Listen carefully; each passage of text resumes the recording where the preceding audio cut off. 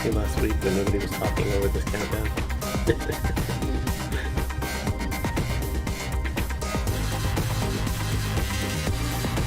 Talked over my outro last week. Let's say Sunday.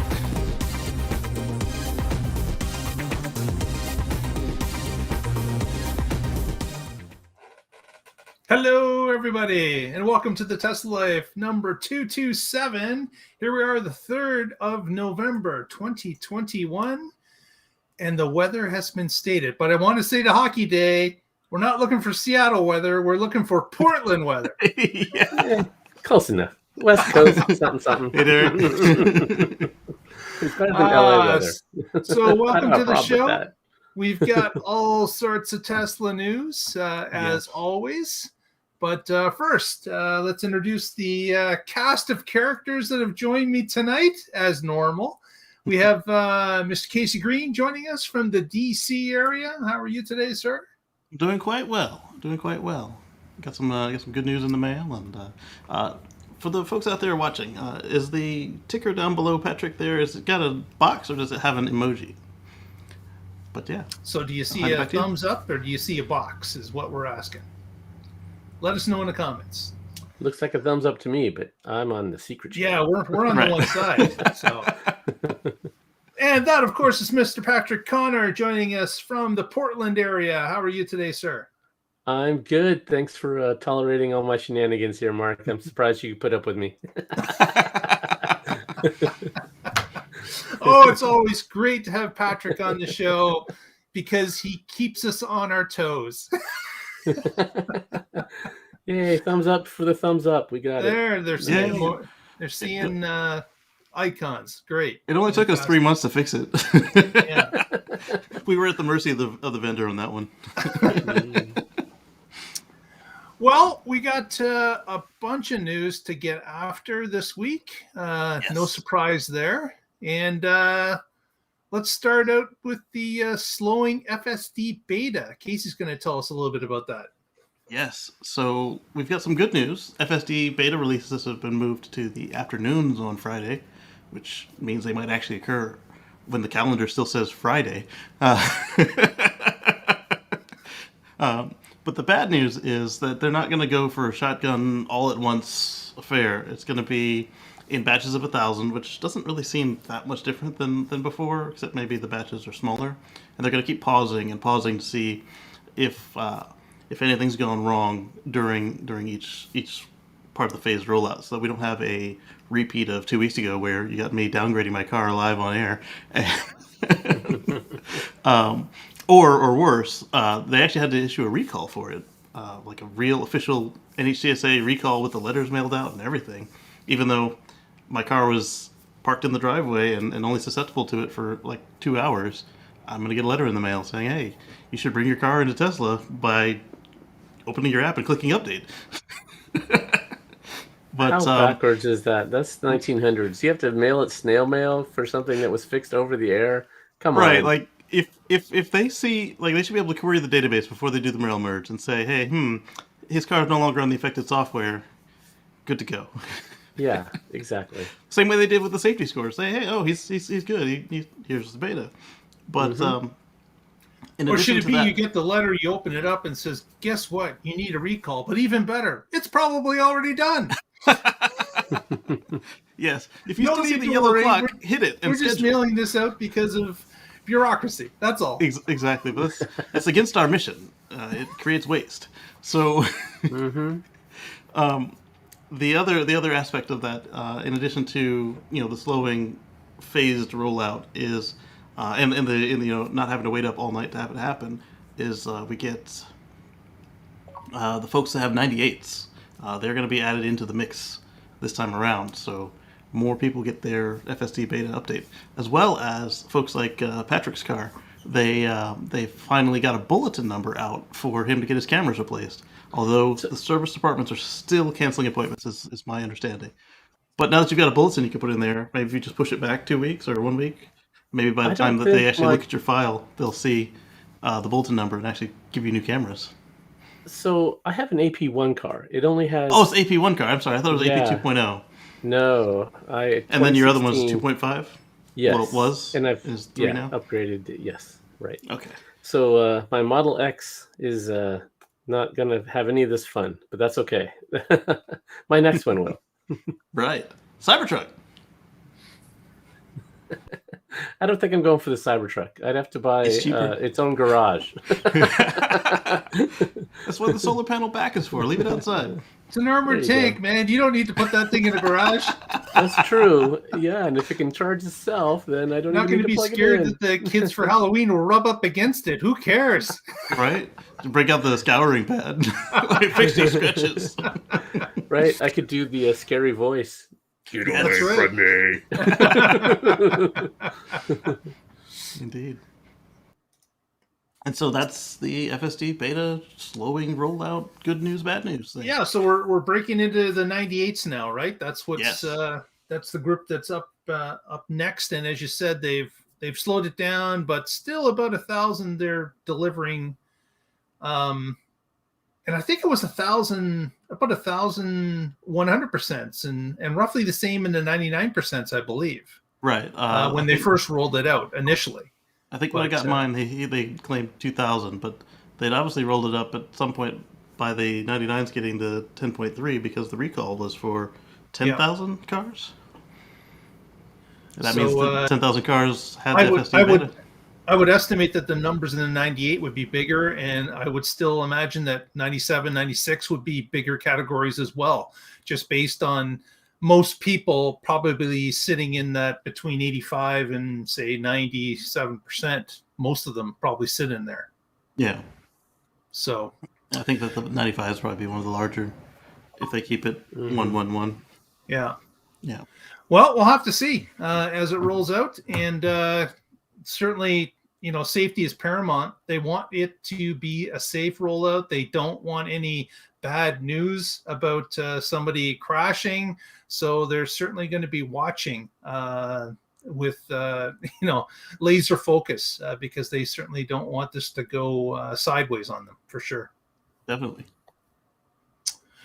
Next, talk a little bit more about the Hertz deal, which, of course, was announced on Monday. There was the initial announcement of the 100,000 vehicles that Hertz had ordered. And then a follow-up the next day was that they were also putting in an additional 50,000 possible orders for Uber drivers. I guess Hertz has a sizable fleet that Uber drivers rent to use those cars in an Uber fleet for each individual driver.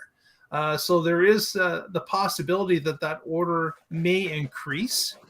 And then the other note about Hertz was that later Elon had tweeted that there's no real signed deal with Hertz, which threw a lot of people for a little bit of a backspin. Everyone was kind of expecting there was some sort of a formal agreement, and Elon had got onto Twitter and said there's nothing signed. If you're paying full price, do you need a contract? Right. They probably have put in their reservations. Right. Yeah, because right after Elon tweeted that, within a couple hours, Hertz was not just renting the cars out. They were like saying, hey, here, come join us. And they weren't all the white cars, so I'm wondering if these were cars that Hertz already had in the fleet, because one of them was a black Model 3. Yeah, so that you was don't pay kind for of surprising. Tom Brady. Right. You don't pay for Tom Brady without some assurances this is going to happen. Yeah, otherwise that advertising campaign was kind of wasting a waste, wouldn't it have been? Right. Yeah. But then further on this, Hertz in Stockholm, they went with Polestar 2s, and then I believe in Canada they're also doing Model 3s. Correct. Yeah. So and I've heard people that have gone to the Hertz site, even in specific markets like Orlando, and have actually pre-booked for vacations or business trips that are coming up next year. So it's available on the website. Hertz has indicated that you can also reach out to them and ask for the Tesla Group, and they will help you over the phone with reservations as well. So, yeah, this is definitely going through. Just it was kind of weird that he had indicated there was no contract, and it kind of joke like last week. Where Casey and I was saying, well, who's entering these things one at a time? They hire a bunch of interns, 50 interns, so. and you got 1,000 order every hour. Get to it. Right. That's the only way you can do it without a contract. Is just manually one at a time. There's no bulk order form. Right. So we'll continue to watch the Hertz thing, but it was such a big splash, especially being the number of 100,000 vehicles that, of course, it drew in the news media like there was no tomorrow. And it's a plus for Hertz. It's a plus for Tesla. So we'll have to see if it entices other, rental car companies to maybe dip their toe in and see if they can get some of the same PR that Hertz has certainly received over this past half week.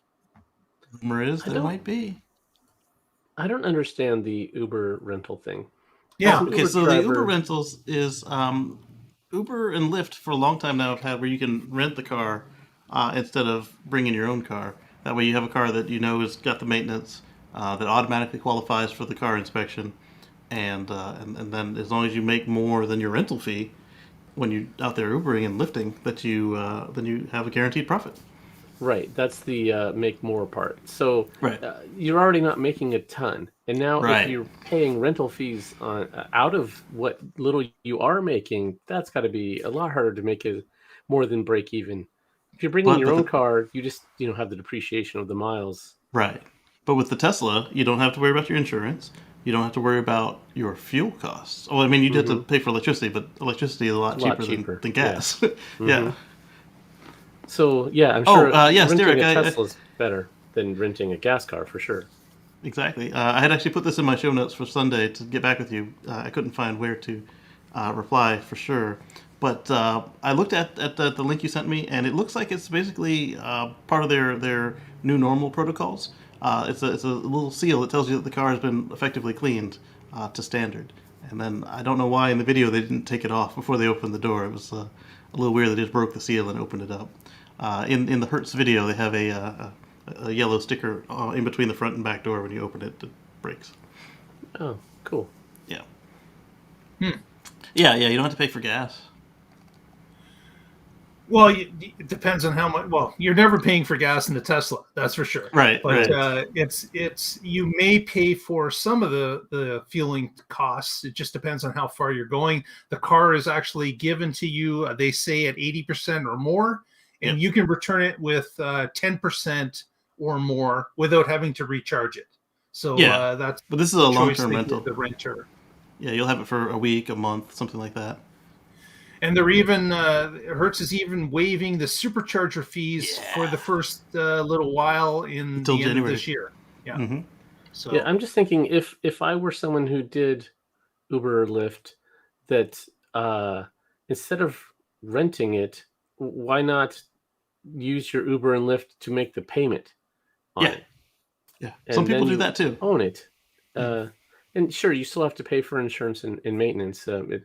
That is one nice thing about a rental is that they just take care of all that for you. But I don't think economically it would. Well, work out the other thing is your own numbers. if you're in it for long term, Patrick. If you're long term, but if you're just doing it for the summer, if you're a doing teacher, it for short sprints, then maybe a rental's a better idea.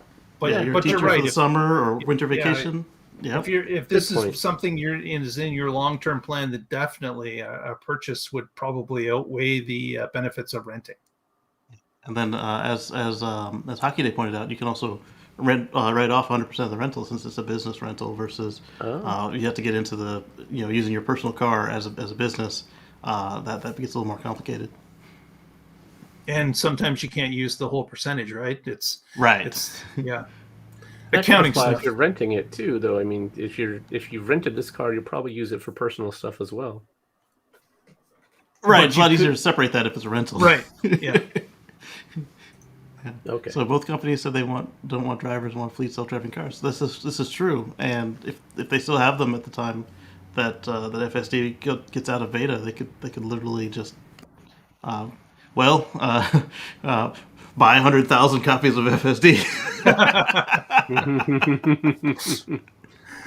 That would be quite the upsell, wouldn't it? Yeah. Yes. The FSD license currently says you cannot use it in anything other than Tesla's network, right? So you can't use it in any other ride-sharing program. Right, but I mean, if you own the car and you're collecting your percentage of Tesla's fee, now it goes straight to Hertz and Tesla. They just cut Uber and Lyft straight out of it. Got a story for us out of Nova Scotia. What's this about? Yes. Okay, so the Superchargers, I've been mentioning several times now that the Superchargers out of the Giga Buffalo have been shipped out as pre-fab.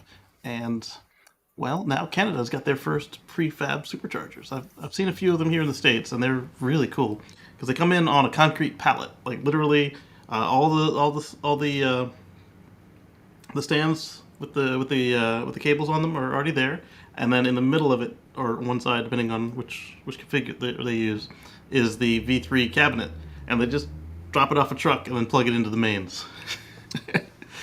Yeah, so that gives the Supercharger a jump in the installation because none of the traditional pouring of slabs and such have to be done. It just you make sure that the pieces are ready, the site's ready to receive the large pieces.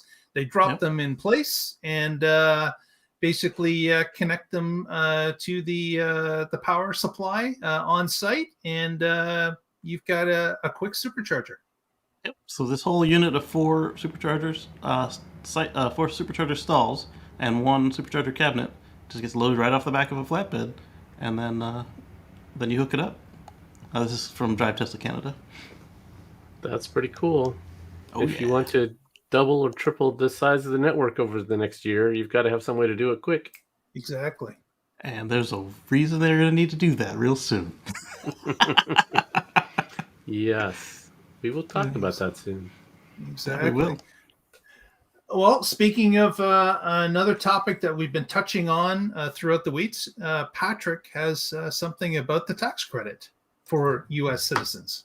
That's right. And maybe for Hertz as well. Who knows? We'll find out. Yeah. So, as most of you know, as we talked about before, in President Biden's Build Back Better plan, there is an EV incentive. And I think he stole the inspiration from you with all the alliteration. Build back better, right? Build a future free from fossil fuels. That's right. Alliteration's fun. So the old incentive was $7,500. Well, this looks to be adding, retaining that and adding some more if it's built in the U.S. and so yet some more if it's union. How much more those two numbers add up to about $5,000, but the split between them is still unknown. And trying to get some of the Democrat holdouts to go forward with this spending bill, they've had to make a lot of compromises. And the good news is the EV tax credit has survived and is still a part of it. But there's still a lot of things that we don't know about it. Like, is it an unlimited number of vehicles, or does it just bump it from 200,000 to 400,000? And if it's just an additional 200,000, well, for Tesla, that's going to be gone like in Q1 of next year. So that's not going to last very long. And like I said, we don't know the split. We don't know the cap. So and we don't know the dates or whether it's retroactive, do we? Right. Yeah. There's politics is just it's horrible. And there's some parts of this that they include electrified vehicles, where that includes plug-in hybrids, and some people are buying those just to get the credits and never even plugging them in. So I agree that plug-in hybrids are great as a if you're buying them for the right reasons, you're trying to drive electric, but you don't have the infrastructure where you're at, it is great to have that safety net. But if you're just doing it because you can get thousands of dollars off and get some government handout and then just use it as a gas car, that's ridiculous. But keep in mind, Patrick, that I would counter that with those cars aren't going to waste. Like eventually they'll be sold to the used market. You know, you're right. Yeah. It is questionable if someone's using them in the proper way, but at least they have the capability of being used in that way. Agreed. Yeah, and hopefully they end up in even if they're bought for the wrong reasons from a fleet that has nowhere to plug them in, where they charge them, where they store them overnight, eventually they end up in the hands of somebody that uses it the right way for the right reasons, and then realizes, hey, I'm on electric 95%. If I bought a car that had twice this electric range, then I could just have an electric all the time. And that was certainly, you guys both had plug-in hybrids. I was going to buy the Mitsubishi Outlander plug-in hybrid, but they delayed. I was going to buy it in 2013, I think, and then they didn't get it here until 2017. So it kept selling out. And they had battery problems and they had supply issues, and so they had lots of, and they delayed it so long. I just bought a Model X, and I'm really glad they did. Mitsubishi lost the sale now. Right. Yep. I think they just did their facelift on that car. It's still the same underpinnings, but with, each year they've done like Chevy and Tesla, and slightly increased the battery a couple kilowatt hours, and that was a good solid car. I think what we'll find with that is it'll be just like what Mark and I saw with the Volt, where personal use, people are going to start plugging it in because it's cheaper. Corporate and rentals and fleet, people aren't going to give two craps, and they're going to just let it run on gas the whole time, unless they're whoever owns the car specifies you will plug this in every time it's possible. Right. Yeah, and a fleet manager should be thinking about the cost. And if you can run on electric, then there's less wear and tear on the motor, that's less maintenance, there's less fuel cost. But some of them just don't think that far ahead. Yeah, a quick story here in Waterloo region. Met with the building group that looks at permits for new buildings here in the region. And they had an EV owner who was in charge of the fleet and decided, here's the numbers. We're going to save a fortune if we go electric. And they ended up purchasing a fleet of 5 Kona EVs, and replaced all their gas cars for the permitting officers that go out in the region. And I had a chance to meet with them this past October, and they are now over half a year into the program.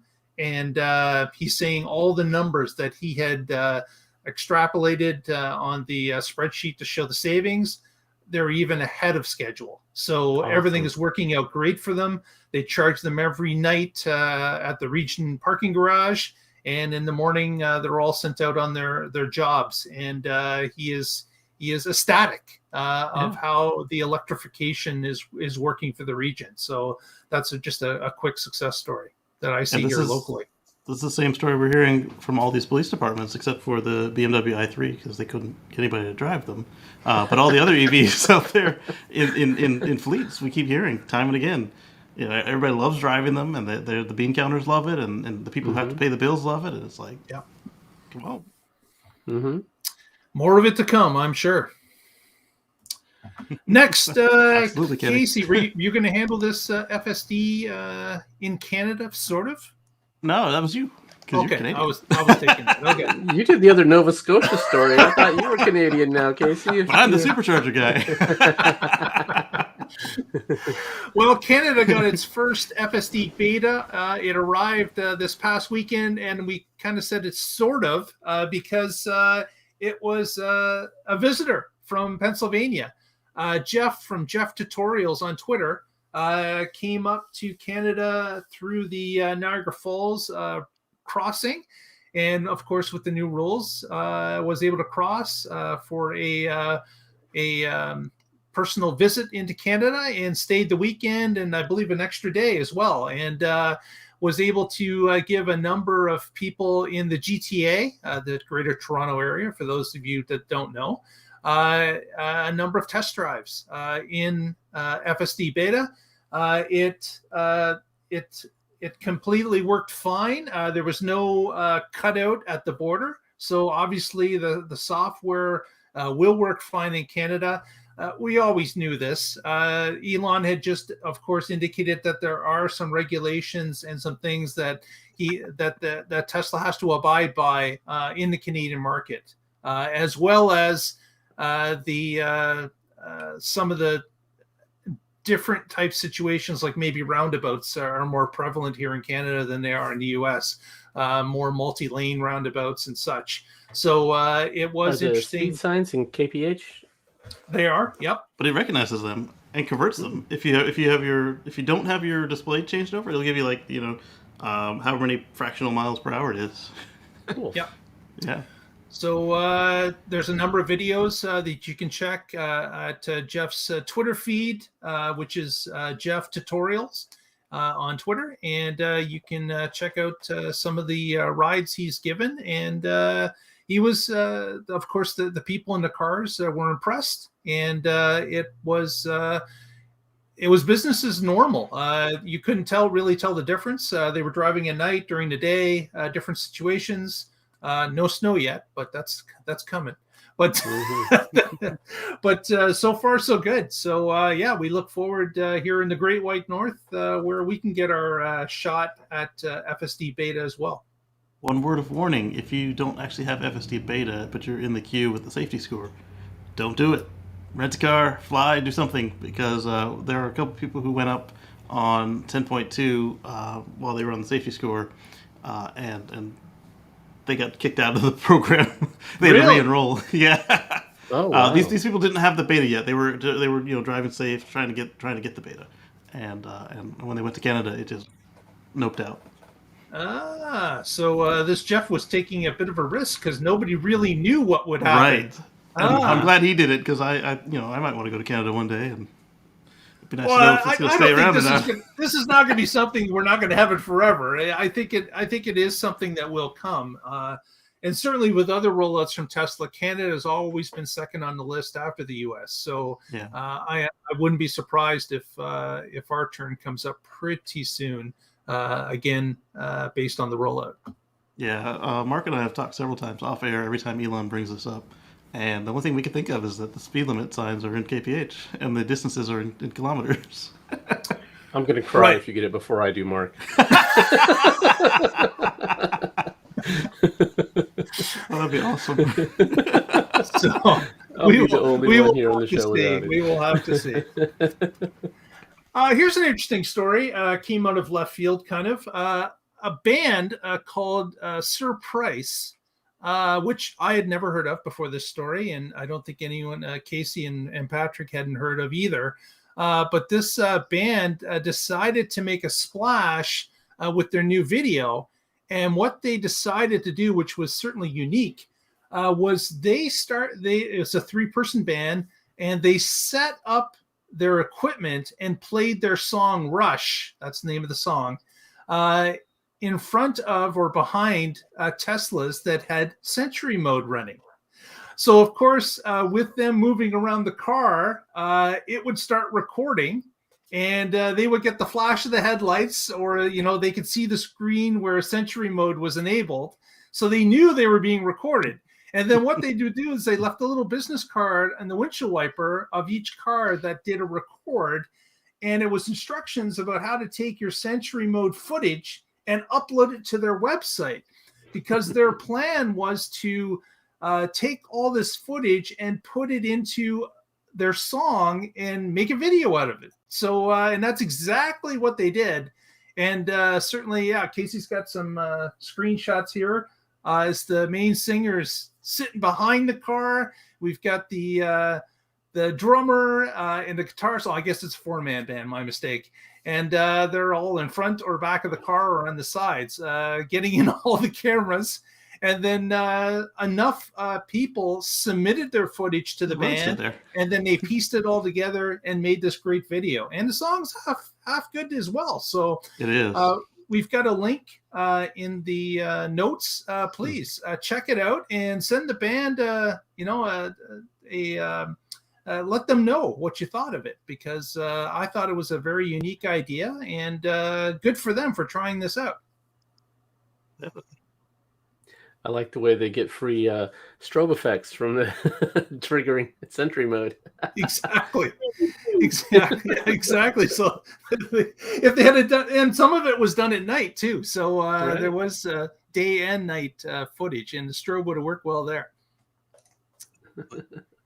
Very good. And then tonight's main story that we indicated was about Superchargers going live for non-Tesla vehicles. Indeed. So we got 10 stations that went live over the weekend in the Netherlands, 10 particular locations. And of course, remember, in the Netherlands, all the plugs for the Supercharger stations are already CCS. So no question about adapters or issues because they're all standardized with CCS there. And of course, any car can plug in. So what did you guys think of seeing a Ford Mach-E plugged into a Supercharger? Pretty cool stuff. So the way it's going to work is if you have a non-Tesla, you'll show up with your Tesla app, and then you'll go ahead and you will pick your stall. And then you'll say, all right, I'm parked at 4B or 3C or 2A or whatever. You'll put that in, and you have 2 minutes to activate charging, plug in, and get your charging activated. At that point, you'll be charged a little bit more than Tesla owners are, unless you are part of the membership program, where for a monthly fee, currently it drops you down to exactly what Tesla owners are paying, but they reserve the right in the future to just make it lower than what people off the street pay. So if you need to supercharge a lot, it'll still be cheaper to be a member if you charge a lot.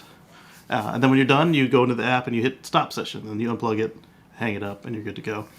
They remind you not to park sideways across all the bays, not to block traffic hanging out, because not everybody's charge port's in the same place.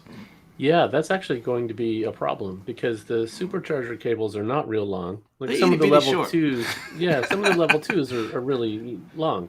That's not the case with Tesla Superchargers. DC fast charging, when you want to crank that much current and voltage through, you can't have a really long cable. So I think Not affordably. that's going to be a problem for some vehicles. That depending on if it's a pull through spot, where then you can have a lot more options. But if it's not, if it's a spot you have to nose in or back in, it might not be able to reach without you doing some, like, I'll just pull beside it and run over this curb and go up on the sidewalk. And oh man, it was designed for Tesla vehicles. They had that in mind and only that in mind when they made it. So some cars are going to be more difficult. I wonder if, as you mentioned, Patrick, I wonder if that will come into the design team where they'll start thinking about this going forward. That they're going to need to for Cybertruck. Maybe we should be aiming at drive-through positions going forward, or that could kind of work into just how we started to notice that slightly larger supercharger spots started to appear around Texas because the Cybertruck is coming. So maybe that's all going to work into their design for the future. But at this point, we don't know. Will other vehicle makers look at that and say, let's just move our port and put it where Tesla does, so we don't have this problem. And we don't have to build a network. Here, you can just travel throughout the nation. Here, you just download this app at Tesla.com and you're good to go. Yeah. Right. Yeah, they could even pay for 3 months of the reduced rate membership. Exactly. Right? So at the moment, it's only specified stations, so you can't, even if you're in Europe, you can't just say, hey, I want to go to the nearest supercharger and have at it. It needs to be in the network. They're all in the network, but it needs to be in the outside cars option. And so if you try it without, it's going to say kick rocks. Right, which is what we assumed was going to happen. And earlier when we talked about this, we said they're going to start with the underutilized locations. Because why would they take the heavily utilized ones where there's already a queue and say, hey, let's put more cars here? They're not stupid. Yeah. They're not going to do that. So we noticed in some of the early tests that were done in the Netherlands that we had a Mach-E charging. We had a Taycan, Porsche. We had Hyundai of some sort that was charging. Those are the three that I think the noticed. Ioniq 5. The There you Ioniq 5, go. Okay. And the Audi, the CUV or the Sportback, not the regular one. And there was a report that Patrick tried to plug in his old Chevy S10 and it didn't work for whatever reason. Don't know why. But it didn't fit. that was the outlier from what I understood.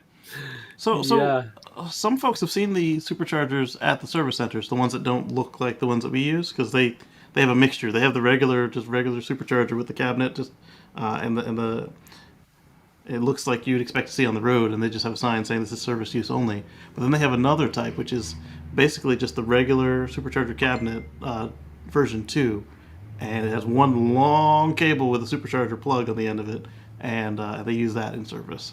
And interesting. So we know that they can do longer cables. It's just a matter of it's just made of gold and platinum. That part, not that copper. part. I mean, you get a copper thief come through, and they think they hit the gold mine. Exactly. Yeah. So as we had mentioned previously, we believe that they're going to certainly monitor the situation. They're going to see how many times these superchargers are going to be used with other vehicles, and since everyone's signing up with some sort of a membership or charge as you go type thing, Tesla does get that information. So they're probably going to keep track of what models and what vehicles are charging when, and gather a whole bunch of data that's going to be very interesting for Tesla to analyze as to how often they're going to be used and how long, and what types of cars use the most. All that's going to be very interesting. That would be fantastic if Tesla would share that, just for us, users out here that would like to know that kind of cool data. But I'm sure they're not going to be sharing that. But it is very cool that they'll be able to collect that. And hopefully that funds Supercharger network growth. Exactly. Hopefully that money will go to good use and add more to the networks. I'm really curious what they're going to do for the adapter in the US. Because if I go to some Tesla Supercharger and I have to wait in line and I'm behind a bunch of these other cars, I'm going to grab that adapter and I'm going to go throw it in the trash, and then I would never do that. But well, Elon did say that they were going to try to station them at the stations unless somebody stole them. So here's what I would do, and I don't know if this is the case, but this is what I would do. I would say, if you sign up for a membership, you can buy an adapter almost at cost, and we'll ship you the adapter. And then that's it. Sense. That's your adapter. You travel with it. You don't have to worry about it not being there because it's always in your car. You get a nice discount because you signed up for a membership, and you also get the discount on the actual physical hardware. That would be my choice. But and then give it a 5-foot Supercharger grade cable. Sure. Yep. Mm-hmm. That we don't have to worry about where your transport is. Throw that in. If you want the extension, you can get the extension model, or you can just get the regular short adapter, whatever you want to do. Yeah, because if you get a car that's got the charge port in the right place, that would be unwieldy to have 5 foot of 2-inch cable. Kind of throws us back to the CHAdeMO extra long cord. Exactly like the CHAdeMO. Yeah. Oh man. Very good. I can see good. that working out very well. So we'll have to see what this expands to next. What country tries it out? Probably another European nation, but or maybe they'll just expand it in the Netherlands beyond 10 stations. But we'll certainly keep our eye on it and find out where that goes. Mm-hmm. Next story that not going to make Patrick too happy, but we're going to let him report on it anyways. About the 4680s and some equipment that's showing up at a certain Gigafactory. Oh, yeah. Amir said that we were laughing loudly and made his phone fall. Buzzed it right off the table, huh? Yes. Sorry about that.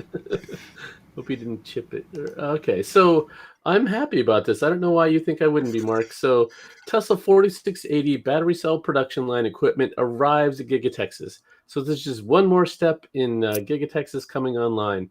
And yes, they are still haven't caught up with Berlin, but that's okay. It's rolling along, and this is just one more step toward getting there and getting it up and running. Now, of course, you guys know that everything Tesla does, there's drones flying over 24/7. Yes. And this event was no different. A drone captured these two large boxes, one labeled anode line 1 and the other labeled cathode line 1. So unless Tesla's like false labeling their boxes, They could do that. they could, yeah, which is a possibility, right? I'm surprised it doesn't say not anode line 1 and not Right. cathode line 1. They did that with the Model Y in Model Europe. Y. They're like, yeah, Yes, not a Model exactly. Y. So here it says anode line 1, and here it says cathode line 1. So that's line 1 is ready. Right? Yeah. Yep. So they've arrived. They're going to be installing them, and the cool thing about this is, if you're deploying them, I think that means that Cato Road, they have figured out a few things, that they are close enough that they're like, yes, this is how we're going to do it. This is the equipment that we're going to use. And of course, they're always improving things and making tweaks. But this is they're at a pace where they think they can get started. They have high enough quality, high enough yield, and they're going to start deploying these. And we know that we need the 4680s so that we can get the Cybertruck, get the Semi, get the Roadster, and that those are absolutely required for those. And then the next gen Model Y and other vehicles that will have either more range or lower price or other benefits to them, faster charging, whatever it might be. Yes, yes. So this is an exciting step towards our bold new future, and I'm happy to see it. That's a good question, QA. I'm wondering if we do see eventually a switch to CCS all over for simplicity. Yeah. At the moment, though, it's looking like they're for the North America, Japan, and South Korea. They're just going to use the American plugs. Yeah, so Tesla is a member of the CCS consortium, and they have the license to deploy those because they are in Europe and other places. Yep. So Tesla could decide to go that way at some point in time. Where is it that the Model 3 has both plugs? China. Okay. Yeah. And then they are also a member of what's left of the CHAdeMO Foundation, which is quickly dissolving. Yes. Yeah. It's them and Nissan. Yeah. I think CHAdeMO's days are numbered. Outside Japan, yeah. Maybe even inside Japan. Yeah, I think it's kind of a foregone conclusion. Kind of like the old Beta and VHS war that went on for a while. Betamax didn't survive. Yep. Exactly. HD DVD. Anybody remember that versus Blu-ray? I do. Yeah. Yep. That's right. Thankfully, I didn't buy any of those. or how about the laser discs that were the size of an old album? Yeah, exactly. Yeah. Yes. Now we're dating ourselves. Exactly. But yeah, fantastic. So that 4680 holds a lot of promise for future and the move forward for Tesla, and certainly great news to see those pieces starting to head into Gigatexas. No word on Giga Berlin. Hopefully some of that's rolling in there too. But right now, just the drones over Texas have spotted that. So we'll have to keep our eyes and ears open. The race is still on. And still going. Now, how does this end, Patrick? How is a winner declared? I believe it was the first delivery to a customer, non-employee. Right. Yep. So that's when the race is over, and a winner shall be declared. We just got to get one of the employees to take off his Tesla badge when he takes his car. Yeah. Next, this story just came out this morning. Yes. This is a update that Tesla has sent to vehicles, and they've incorporated a new Audible Chime that will tell the driver when traffic-aware cruise control, or as they short form it, TACC, either engages or disengages. So we've got the extra bonus that the car is going to audibly alert the driver to let them know that, hey, you're in traffic control at this point, or you've just left it.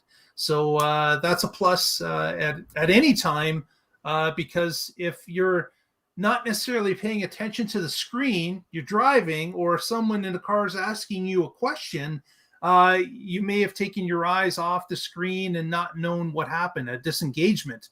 But an audible unique chime certainly would fix that.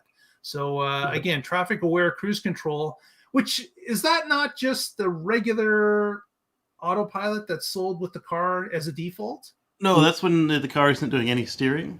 And Right. I found myself in that mode a couple times on accident, so it would be nice to have some kind Oh, of so you were trying to engage, you thought you were in autopilot, but you weren't. Not typically. It's like normally I meant to turn it all off and it's still cruising, or I didn't fully turn on autopilot and didn't, because it didn't make any noise. I didn't realize that I was in cruise. I knew autopilot wasn't on. And you find yourself going somewhere quickly and you have to tap the brakes because your feet are faster than the fingers at that point. Right. Yeah. Okay. Yeah, so you I make had a turn, and when the wheel is too sharp, it won't surge on you. But then when you straighten it out, it wants to go. It's like, oh, that's right, I'm on cruise. Yeah, I've ended Thankfully up in that mode a few times where I'm trying Yeah. to enable autopilot, but it doesn't have enough lane detection, so I end up in traffic-aware cruise control mode instead of autopilot mode. Mine will just cancel everything, which is annoying because if you were already in cruise and it doesn't want to turn on autopilot, then it just turns everything off, and now all of a sudden you're slowing down and you weren't expecting it. Oh, And you that's didn't lame. know why. It was Right. super lame. Yeah, and now you'll at least get a noise. Right. Wah, wah, wah. That'd be funny if it was Elon's voice doing that. That Price is SNL. Right noise. Yeah, that would be perfect. Or that one. Yeah, what is the sound? Yeah. Yeah. Well, nobody's recorded it yet. All we know is it's outside of China, although the way that it was written made it sound like it was inside of China. Derek's got a question. Any rumors about adding an external speaker on my Model 3 from 2018, like an upgrade? It's rumored, but we have nothing I've on it not yet. heard of anyone that's done it or has certainly scheduled it by Tesla at this point. Yeah. The speaker is controlled by the FSD computer, so you've got part of what's needed, but you need the wiring harness, and the grill, I think, is no big deal, because when they install it, they can just punch a bunch of holes with a screwdriver or a drill and then mount it. Hopefully, wiring harness Casey's is- not doing the job for you. The wiring harness is the hard part. Making a speaker grill is the easy part. Yeah. Yeah. Another quick update I heard just yesterday was that some of the Model 3 SR Pluses out there that, of course, believe that they have a heated steering wheel but cannot access it. There is the rumor going around that a fix is coming, not a fix, an update is Upgrade. coming so that you can purchase the heated steering wheel to be added to the car. Pricing has not been given, but a number of people in the know believe it should be around the price of, say, the back seat heat that Tesla had done previously, which was 400 Canadian or 300 US, I believe, was the price. As long as they don't pull a BMW and make it a rental option. Oh, that would be rent your horrible. heated steering wheel. That would be horrible. You don't have to rent it a few months a year, but Yeah, Right. but still, yeah. Just buy it and leave it on. yeah. And And then winter's this was for coming. Patrick down here in the ticker. Yeah, it would be a great time for the uptake on that option if you introduce it here in November. I'm sure a lot of Right. people would be like, I'm all over that. So definitely. And it's smart of them to start rolling it out with the hardware. And then when they announce the software availability, it's like, oh, if you bought your car in the last 6 months, you have this capability if you want to turn it on for a small fee. Yeah, makes complete sense. Certainly. With that, I think we will wrap it up. If anyone else Yeah, has so- got a question, So let this us know. This whole But last topic, to Hockey Day, did it all right there. So look on There your we screen. go. Yeah. So Tesla surges to 12, 13, 86. Wow. close. That is incredible. That is and awesome. and it's not showing signs of stopping, is it? Like really, No. it's It took a little break yesterday, but that was it. yeah, it's gaining almost every day, which is crazy. Since Monday, it was under $1,000 when it opened on Monday, and now we are up another 20%. So yeah, the jump from 800 to 1200 has just been so fast. I'm shocked and happily shocked. It's gone. A month ago, it was under 800, and now it's wow. That's incredible. Yep, big moves. Yeah. So some friends of mine, I've been talking about Tesla stock. This is not stock advice, but I was saying you guys should buy Tesla, and they were like, no, it's gone up so much, it's crazy. I'm like, they are $1 trillion company. They're going to go to 1,000. And I was saying that at 500 and 600 and 700 and 800. Well, now they're at 1,200. I've got to change my story. Exactly. It's it's a question of where does it go? Nobody knows, obviously, and we have no foresight into the future. All we know is what Tesla has said and done in the past, and certainly, we're not making any stock advice here. But watching this lately, it's like it just doesn't seem like a bad idea. It's right. seems to be really going well for them. I just don't understand. The Hertz deal's announced, and boom, that's when things explode. Yes. And it's really interesting how this actually works. It's almost like someone said, "Oh, what's this Tesla thing? Oh my gosh, look at what they've said. Look at what they've done, and we're only selling it at this. I'm getting in." And the word just spread like wildfire. Yeah. ARK Invest has, I think, a $3,000 price target for something like 2025. So I hope they're right. Yeah, Got in cheap. Nice. Yeah. 10 trillion in 2030. Yeah, it could happen. Certainly. They're that's a good question. So there's only like half a dozen companies over $1 trillion. So and there's a couple over 2 trillion maybe. So yeah, who's going to be the first one to 10 trillion? Tesla was what, the 10th to 1 trillion? So I mean, I thought they're in new territory right sixth. now. Sixth to 1 trillion. So yeah, they're in new territory right now. Definitely, definitely. Well, if you haven't already, please give us a thumbs up at the end of the video here. Also, press that subscribe button. That helps us out.